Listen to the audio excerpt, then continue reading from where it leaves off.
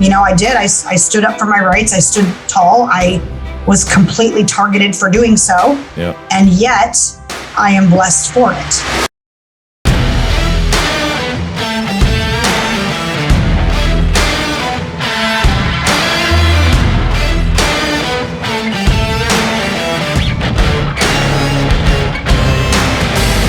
What's shaking? Welcome back to All In. Today, get excited, get pumped up because you know my guest today, except you might not know her by her new name, which is the Patriot Barbie. She's been on my show before, and now she has a book out. It's pretty incredible. Her book is One Mom's Fight for Life, Liberty, and the Pursuit of Happiness. Lindsey Graham. Hey. Hello, Rick. Nice to see you again. Good to see you. I love the background you got going on. Thank you. It's just incredible. I obviously follow you on social. I see all the amazing things you're doing. There's a lot of fantastic things happening. I knew a year and a half ago when my life turned upside down, I knew stuff was going to be good someday. I didn't know when. And I just in faith was like, all right, Lord, do what you're going to do when you're ready. And I feel like the time is coming. So I'm super excited. It's been a long time coming. Yeah. Yeah. Just a process. Yeah. We're really loving our new life in Arizona, though. Everything is falling into place. I feel like every day I wake up and I'm just waiting to see what's today going to bring. I have a whole new life. It's so cool. It's so weird. I've left my old life behind. I don't even mourn it anymore. I just have so much exciting news to share with people who follow my story. That's so awesome. If you want to catch yourself up too, go back because Lindsey was on, I think it was about a year ago. So we'll link that in the show notes, but you can listen to that because that's where we dove into how we met and everything that took place before your move to Arizona with the state of Oregon and the stupidness that you endured there. Yeah. So for those of you who don't know, recap, quick. Real quick, Rick and I go way back. So I was one of the first Americans to reopen my business back in May of 2020 against the mandates. And because of that, I was made a national spectacle by my government and the cancel culture and became almost an overnight, viral public figure. And I'm still fighting the state of Oregon. I've got some updates on that. I don't even live in Oregon anymore. And they're still coming after me with new things. Wow. And Rick had me on. Rick actually flew to Oregon to help produce Liberty Lockdown, the very probably you've never seen before because it's being censored documentary on the lockdowns. And that's how we met in person. And then he had me on his podcast shortly after that, maybe a few months. Yeah, about that. Yeah. And then you actually had me back on after I moved to Arizona. And I was like just moving into my house. I had my laptop set up on a bed, trying to get the best light. And just updated everyone on what my new life in Arizona looked like. And even then, Rick, when you had me on then, it was like, I don't know, lived to Arizona. I moved out of Oregon, fighting the people, fighting the man. And I had no idea where my life was going. But now that was, I think, that was like around September, October, November of last year. Yeah. So it's been a year since I've been on. And I feel like it's a whole nother story. Good thing you have me on. There's like so many things that have changed. It's so cool because at least as of today, you are the only 3-time guest that I've ever had on the show. And it's so exciting that it's you too, because it's been like following the story and just you and I staying connected personally too has just been incredible. Yeah. That's awesome. I'm very honored. Thank you. You gotta keep rolling with this. And I want to encourage you for this too, because you have to keep rolling. With everything that you're doing, there's ways, as I'm sure you've found, to get your voice out and to continue in those ways. Even though I've been shadow banned by social media, countless times, I'm sure you have. I actually went to follow your partner the other day, and this was interesting to me because you have a podcast too now, right? Yes, yeah, we have a radio show and podcast called the She's So Right Show, and my co-host Brandy Barclay, I swear. She was not censored until she started hanging out with me. Yeah, this was so intriguing. And I mean, we could probably publish this too for everybody to listen, but I went to, because I follow you, right? And then I saw that she was your co-host, that Brandy was your co-host. So I went to follow her on Instagram, and I've never seen this message before on social media at all. I know what message you're talking about. Are you sure you want to follow Brandy Barclay? This account has repeatedly posted false information that was reviewed by independent fact checkers or went against our community guidelines. I've never seen this before. It was like IG saying, hey, this person is stupid and spews shit. Yeah. Right? Beware following them because we don't think that they're reputable. So you may not want to listen to their information. Yeah, I've had that message on my Instagram probably for close to 6 months. Wow. Yeah. That's incredible. I've never seen this. And what's interesting to me when I looked at this too is, it's just blatant and almost like non-arbitrary whatsoever in how they're phrasing this. Even though it's a very arbitrary statement, they're phrasing this as if this is 100% truth. There's two things that stuck out was false information. This person has posted false information. So one, somebody determines within Meta, because it's Meta now, right? Within Meta, that this is false information, but that was a human being that works in social media that doesn't work in any of these other industries, that you're talking about or anything, whether it's vaccines, whether it's government, whatever. But then it was reviewed by independent fact checkers. Who the fuck are the independent fact checkers? Well, now we know. I mean, Facebook said in a court, did you see that? Just a few weeks ago, they had to say in a court of law that fact checkers are really just people with opinions. Yeah, you got it. And so it's the people with opinion different than us saying these people are spreading false information. Honestly, it's crazy to me because to fact check the millions and millions of people on Instagram, and now we're talking millions and millions of conservatives, the amount of man hours that would actually have to go into checking just one meme from one person would be hours. It would take days to say, listen, this is a science. We need to make sure before we flag this person as a liar that the facts are that this is a lie. That would take days. They're flagging these things within minutes and the same stupid memes over and over and over again. Right on. And contrary too, because this is perfect for our show today, I saw this other thing because he was Dr. Jordan Peterson, which is a phenomenal dude to follow. I don't know if you have it all, but he is going on Joe Rogan's show coming up. Yeah. And there's one thing because Joe Rogan, of course, has been censored across the board with a lot of things too, but Spotify, of course, continues to let him stay on. He signed the big deal with them. And this is in contrast because there's a lot of stuff of his that gets flagged, but this is what Dr. Jordan Peterson said about him. It's like, they were wondering, it's like, how in the world, because Joe just goes after the truth, right? For the most, doesn't care what it is, and he had the recent doctor on about the vaccines who that entire episode got like wiped from the internet everywhere. Right. But this is what Dr. Jordan Peterson said. He goes, that's because he doesn't lie or talk down to his audience or manipulate for his own narrow advantage. Those were his words, and I feel that you are exactly the same way. So I'm encouraging you, keep going.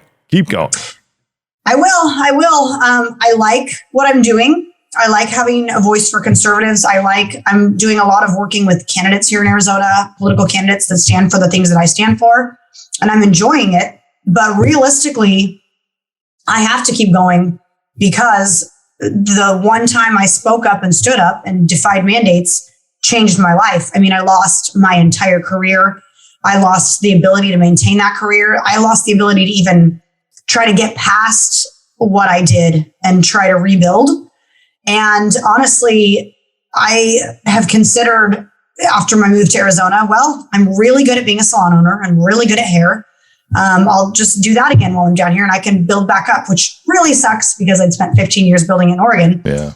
But I tried and that desire was completely gone. Like God had just removed the desire to start a salon, to be a hairstylist, to go through that whole route again.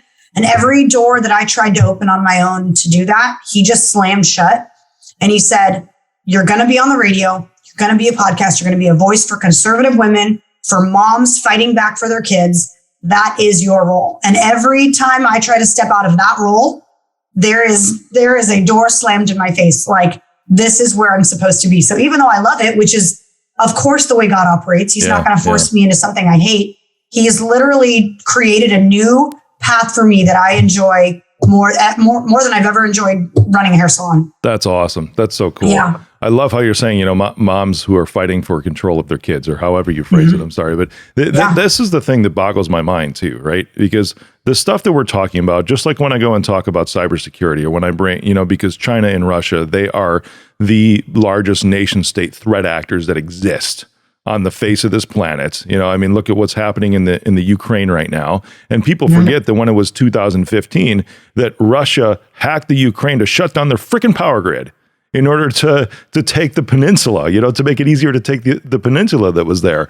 These are the things that still exist today. But when you talk about moms being able to fight for their kids' rights, and that's what you're advocating for, just like where I'm at, I don't ever see this as like a partisan issue. I see it as a human issue, because whether you're liberal, whether you're conservative, if you're talking about blue, red, Democrat, Republican, we're just talking about humanity is the things that you and I are talking about. Yeah. And that's one of my hot topics you're right. It's complete. It's not political that a mother and a father or a single mom or a single dad should have authority over their own children's medical decisions, schools, how they parent, what is taught to their kids in the school that we pay taxes to fund. And I don't care what your belief about the science behind masks is. I care that you're fighting my right to decide for my children whether it's healthy or not. Because no one on this earth has more authority over their children than the parent. Yeah. And the government's trying to take it. Other parents are trying to take it. The school board is trying to take it. And honestly, I'm getting really fed up with parents who are sitting by and allowing it, because as a parent, the minute that child is in your life, you say, oh, I would die for this child. I would do anything for this child. I would take a bullet. And yet we're talking about just simply removing masks from children, or removing the authority of the government or the school systems to say your child has to be masked. It's out of your control now. And we are supposed to be fighting harder for our kids than anyone. Yeah. And we are not. Most people are not. And no one cares about your kid. No one, as much as you do. And so if you think anyone else is going to step up, even me, if you think I'm going to step up and fight harder for your kid, that's a false statement. That's a false narrative. You're the one who cares the most about your kids. So you have to be in that role. You got it. The most horrible thing, I think, and that whether it's children or adults, because if you look at kids, if we started there and kept talking about this, is let's say a child doesn't speak as well as some of the other kids, but they can still communicate okay. This is the same to me as another parent telling you or telling me, it's like, you know what? Your kid shouldn't be in the same class as my kids unless they're at the same level of speech. So they need to go to speech therapy right now. In fact, you know what? The government's going to enforce that your kid goes to speech therapy in order to participate with the other kids. When that's a straight up medical decision right there. Yeah. And you know what? People would say, well, Rick, that sounds ridiculous. That's such an overreach. That's such a stretch. And yet it's really not. Yeah. Because we're so close. We're so close to that, and with such a slow boil and slow, slippery slope, that the same people fighting against what we're saying would sit here and say that we sound ridiculous and we sound like conspiracy theorists. And yet if you were to ask a mom a year ago if her kid would be forced, to get vaccinated, they would say that that's ridiculous and we're so far from that. And yet here we are. Yeah, it's mind-boggling.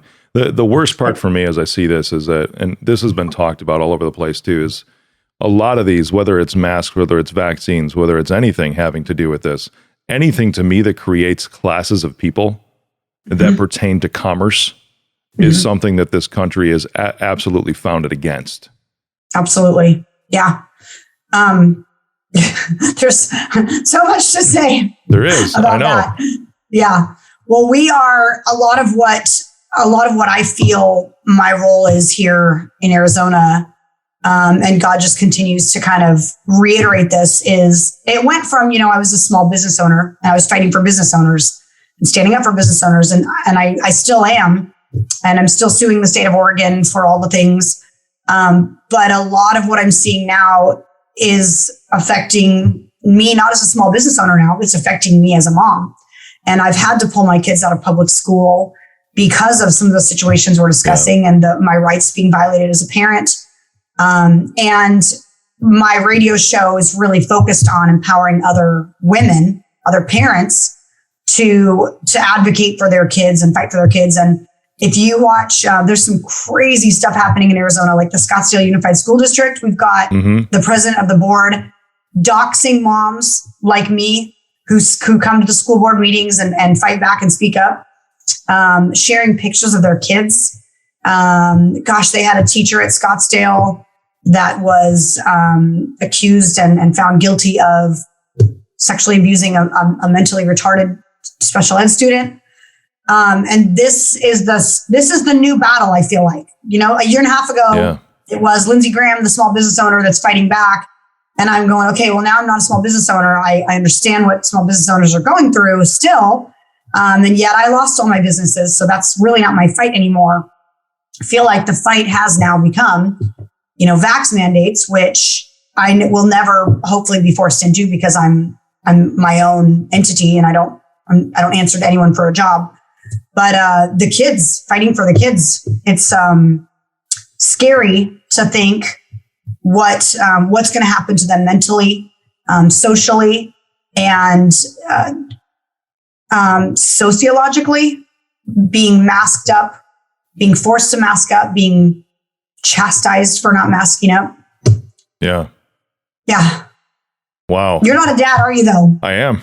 I have 3 kids. Oh, you are? Okay. I was like, am I like talking to No. I have 3 kids. 2 are going to be 15 this year and 1 is turning 12 just in about a week or so.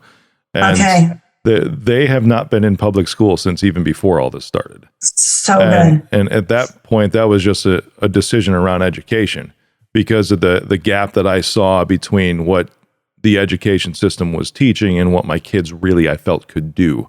They weren't challenged.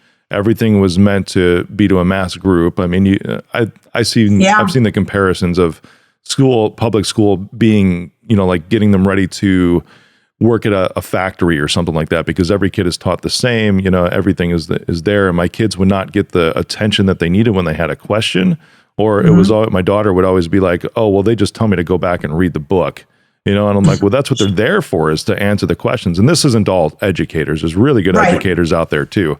But globally, it was like the straw that broke the camel's back was when for me, it was when my oldest son, because I'm in technology, right? He had to do this PowerPoints. And they were learning how to use Office 365, Microsoft applications, and PowerPoint. He had to create this presentation in a group, and somebody in the group, one of the other kids that he was in, decided to pop in a slide with the word fuck on it, just right in the middle of it. So then it became corporate punishment by the teacher because none of the kids in his 6-kid group would speak up, and nobody really knew who did it within that group either. So it became all the kids got punished. I was like, this is stupid, because my son was so upset in this. I'm like, dude, you have a right to be upset. You have a right to be angry. He's like, I need to say some words, and this was, 4 years ago when he was 11, I'm like, dude, let them rip, because they're justified in this, Yeah. And the school system, I feel like I'm having a hard time remembering, of course, the things that I was taught in high school specifically, but the school system, I feel like, the curriculum is supposed to be directed more towards, or we should be directing it more towards real life experiences and what's going to happen when you become an adult. So fiscal responsibility, knowledge of how the economy works, basic math, things that prepare you for whatever career you choose, the basics. Yeah, or even like now, the basics of technology, right? I showed him, I'm like, dude, all you do is click up here and then click down here at the activity log, and it'll show exactly who made the change at what time. I'm like, did they figure it out? Oh yeah, I showed him. I'm like, I'm like, your teacher doesn't know this? It's like, no. I'm like, dude, it's 2 clicks deep. And that's the project. Yeah. The teacher's teaching them to do something that the teacher doesn't even know how to do. Yeah, you got it. So weird. And even as you're telling that story, I'm seeing the slippery slope of the potential of what you said, right? So he's forced to work in a group of people that may or may not have the same motivation, skills, determination. Some people don't. Like, it's this kind of a socialist thing when you put 6 kids into a group and say you're all responsible for this project. That's kind of a socialist mentality. Now it's like, well, my kid is working harder. He's got a parent that supports him and wants to help him with this homework. We are in a different class, potentially, than the 5 other kids that you've grouped him with, and his grade is dependent on it. Yeah. And so when you start creating that in a classroom, you automatically start seeing parents who are seeing the difference in, and it starts at home, right? It starts at home with parents that either support their kid, help them do their homework, brush them off, things like that. Creating a different class because the education system did it on their own. Yeah, no doubt. No doubt. That's when we decided to pull them out, and it was the best choice we ever made. It was a little rough for 3 months just because they were conditioned to the processes that they were in and the system that they were in. But I've seen issues with the education, so obviously with everything shifting to remote learning over the past couple of years too. And this is about, when you're saying advocating for your kids, that's really what we're talking about here. And I'm glad that they were already in essence, a remote learning because they had Zoom classrooms. Some of the stuff was self-led, self-taught with videos and self-paced, which is phenomenal. Bridgeway Academy, for anyone who's listening right now, that just a phenomenal program. There's a lot of live classes and there's a lot of self-paced classes too with videos. It's great. It's great. They work in groups over Zoom. They're still involved in local activities here. But when they were when the remote learning took place, I saw a lot of teachers getting frustrated around kids sitting in their homes because now this was another thing that kids were forced to do, right? When the schools were shut down, now granted the teachers were at the same time, which is still another issue, but still it was government mandated that the schools shut down. And then the educators, which is they didn't really they weren't prepared for starters. But second, they weren't taking into account the considerations of the kids because in a lot of different areas of our country, some parents almost require on the public education system as their childcare. Right. At a certain age, which I've got no issues with that. But when the teachers get mad because a dog runs across the screen, and I saw this, it was a story coming out of California with this, that the teacher, gave the kid detentions or some kind of punishment because the dog ran across the screen or something like that. It's like, you've got to understand that it's a family of 5 people that are living in like a 3-bedroom, 1,000 square foot apartment because that's all that they can afford right now. And it's not the kid's choice for the environment that they're in, neither is it the parents. And they were just forced into this scenario. Absolutely. And you're going to punish the kid because of this? Yeah. And one of the things that drove me absolutely insane during the school shutdowns when moms, and they're still saying this, when moms stood up and advocated our kids need to be in school. Yeah. The left, the mob culture would say, the school system is not your childcare. And no woman births kids and says, it's fine, they'll be in childcare when they go to kindergarten, Yeah. But when you put your kid in school, because you pay taxes for that school, and your child is attending from 8 a.m. to 3, if you're a single parent or you got out of an abusive relationship or marriage because you thought, I can now provide for myself because my child is in school, I can leave this abusive husband and I can get out and I can start a new life. That's like a, whatever rare percentage scenario, but it's a scenario where a single parent can provide for themselves because the child is grade school age. Then yes, I've planned my entire life, my entire career, my choices around the idea that the school that I fund that teaches my kids gives me time to provide a living for those same kids. Now you've taken that away. I don't know what single parents did during that time.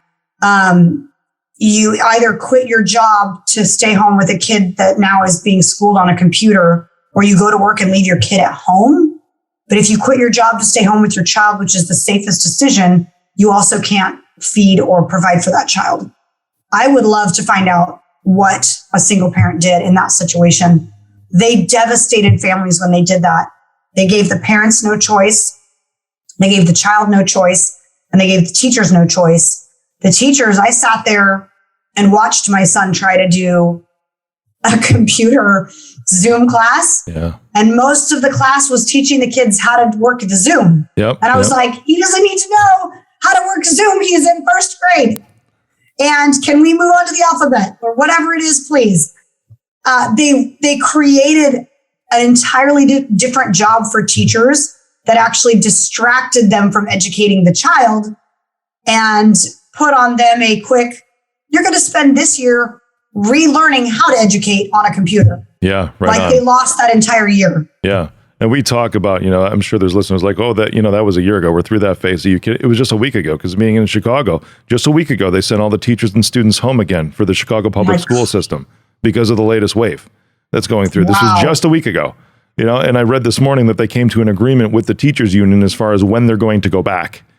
So it was negotiated at this point, but still was a week ago, because this was the same thing as when they instituted the vaccination mandate in Chicago and the surrounding county, that you have to be vaccinated in order to eat in a public restaurant or be in an indoor gym or anything like that. This just happened a week ago, and they sent the schools home too. That is crazy. It's unreal to think that at one point we really did think 2 weeks to flatten the curve. We're going on 2 years. Like at week three, I was like, you guys lied. You lied. You're liars. No kidding. I don't buy it anymore. And there are some people who still think that this really is for everyone's safety. You really made me get to a belly laugh there, because at this point, that was almost like that phrase was out of my mind. I completely forgot about it, because now it's like, okay, we're just pushing through at this point, and I don't pay attention to much, except for the huge things that obviously affect my everyday life. It's like, well, no problem. I'm just not going to eat dinner there. That's no big deal. I don't care. There's plenty of other restaurants, that they're like, we're going to do our own thing just because we feel that it's safe and it's your choice. That's all good. Yeah. 2 weeks to flatten the curve. That'll be the biggest joke in American history. Yeah, no kidding. No kidding. I'm sure these are things you talk about on your show, which I love the name of it. She's So Right Show. Yeah. You get the pun there? Do you get the pun? I get it. Yep. Okay. You get the pun. I like it. So my mother-in-law is my biggest fan. She's my biggest supporter. She's amazing. I actually have to tell her, sometimes I'm not that cool. Like, be careful. Yeah. But she, every time she's with me and someone asks me about my radio show, and I say, it's called the She's So Right Show, she has to tell them, you get it? Like the right, like conservative, like right leaning. I'm like, I think they get it. I don't think that they think that I think that I'm always right. Yeah. Yeah. So that's funny. Still the part, right or left, whatever. It's still the thing that really grips me, is that it should never be that way. Right. It shouldn't. I wish I could go back a year and a half ago, 2 years ago. I don't wish to take back anything. I don't have any regrets, but I didn't even used to probably label myself a right-leaning, Republican, whatever. I still try to just use the word conservative because of my beliefs tend to lean conservative. They're all faith-based, et cetera, et cetera. But, what happened to me forced me to take kind of an extremism, because the extremism placed on me and toward me and directed at me and with so much hate and violence and vindictiveness, it changed. It changed who I am. It changed how I handle certain things, how I talk about certain topics. Honestly, obviously it's been a catalyst in my life if I'm like on a conservative radio talk show now, but something I never would have done a year and a half ago. I was just a salon owner, but it's so sad that even I feel like, I play a part in being divisive, but mainly because I know that no one is speaking up, or there's not a lot of women being able to speak up about some of the topics I'm speaking up about, because their kids are going to get threatened, they're going to lose their job, they're going to get cancel cultured. These are the things happening to people like in Scottsdale that are speaking up against, the CRT and some of the politics in the schools there. Yeah. And it's like, I feel like I have to. I've been given the opportunity to. And as much as I hate that people would consider me a divider in the political realm, the line for me was forced to be drawn when I got cancel cultured, and I said, well, I picked my side. Yeah, true. Right on. Wow. So that's why I'm all in. I know. Right on. When did you finish your book? I finished my book about 6 months ago. It just published in September. Yeah, it August. was recent, right? Yeah. Yeah. And it's been such a blessing. I've had so much positive feedback about people that have read it and gotten inspired. And, to me, my main purpose is still to encourage people to be non-compliant and to stand up so that we don't lose all of our rights as Americans. That's my number one goal. And the book is sort of I stood up for my rights. I stood tall. I was completely targeted for doing so. Yeah. And yet I am blessed for it. And I have no regrets and I wouldn't change a thing. And it's sort of a guidebook, if you will, for how to find the strength to fight for your rights and fight for your kids and stand up for what you believe in. That's phenomenal. I love it. Thanks. What's next for you? What's next? Can you even see what's next? Yeah, because a year ago when you were on, it's like you had no idea you'd be here today. I had no idea. You had no idea you were going to be there. Yeah. And who knows, you're going to need to mark this date and a year from now, have me on again. Sweet. Well, the beautiful thing about my life now is that I never expected to be where I am today. If you would have asked me 2 years ago, I would have had this salon in Salem with 25 stylists. I'd be running my extension company and that's where I would be. So every day I wake up and I sort of give my journey to God and my life and say, open the doors that you want to open, close the ones that you don't want me to go through. And this is something, this catalyst in my life is something I could not control. Even as I was watching it happen and I was watching the cancel culture destroy everything, I tried to say, I can get control of this. I can fix this. And no live video on Facebook was fixing it. I mean, it was completely out of my control. And I learned, I think that was supposed to happen to me. And I was supposed to be on this new journey and God had a bigger plan for me. And I believe he has a bigger plan and I have no idea what it is. And if I did, I would just go get it, right? Or it would be accessible. So people say, are you going to run for office? And I say, I don't know. If God calls me to run for office, I'll run for office. Are you going to run for Senate? I don't know. Are you going to write another book? I don't know. Is your show going to be nationally syndicated? I hope so. I don't know. So what is next is just as a surprise to you as it is to me.